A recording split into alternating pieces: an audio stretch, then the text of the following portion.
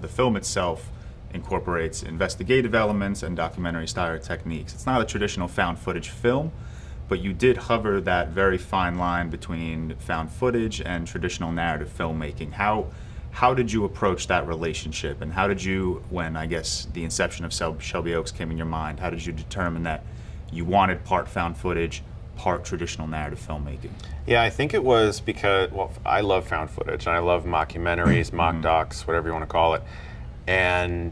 But every time I was watching a fictional documentary, you know, like a Lake Mungo or recently Strange Harvest came out, I've always thought, okay, we're in on the joke. We know this is fictional, so why don't you guys play with it? Yeah. Like, why don't you guys like try to, you know, like what if you were filming, you know, a documentary and then something occurs and suddenly the cameras become fictional. They're not always, you know, the characters are no longer aware of the camera, and we can play around with both worlds. To me, that felt like, well, initially I thought I was breaking some kind of rule, and I was like, am I allowed to do this? And That was a good rule to break. I was calling like filmmakers and be like, am I allowed to do it? Like, do whatever you want, it's fine.